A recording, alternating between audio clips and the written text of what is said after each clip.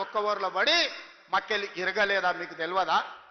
చేసిన పాపాలు ఎక్కడికి పోవు, మన ఎంబడే వస్తూనే ఉంటాయి నీడలాక. ఇవాళ పాపాలు చేసింది కాబట్టి మీ పరిస్థితి గట్లయింది. నేను అంటలేని మాట ఆ పార్టీ నాయకురాలే అన్నారు. ఏమన్నారు మిత్రులారా? మా పార్టీలో దయ్యాలు చేరనే. సొంతింటి బిడ్డ టీఆర్ఎస్లు ఉన్నోళ్ళు దయ్యాలని చెప్తుంటే సమాధానం చెప్పలేక దయ్యాల నాయకుడు ఫామ్ హౌస్ లో నిద్రపోతుండు. నేను అడుగుతున్నది బీఆర్ఎస్ కాదు, డిఆర్ఎస్. డిఆర్ఎస్ అంటే దయ్యాల రాజ్య సమితి. అది ఇయాల అది భారత రాష్ట్ర సమితి కాదు, అది దయ్యాల రాజ్య సమితి.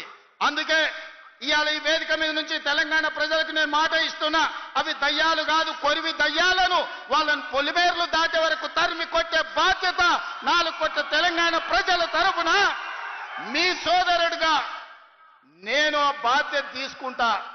ఖచ్చితంగా ఈ కొరివి దయ్యాలను పొలిమేర్లు దాటే వరకు తరిమి కొట్టాలి. దాంట్లో మీ సహకారం ఉండాలి. నల్గొండ బిడ్డలు ముందు బాగానే నిలబడాలి అని చెప్పి నేను మా మిత్రులకు విజ్ఞప్తి చేస్తున్నా.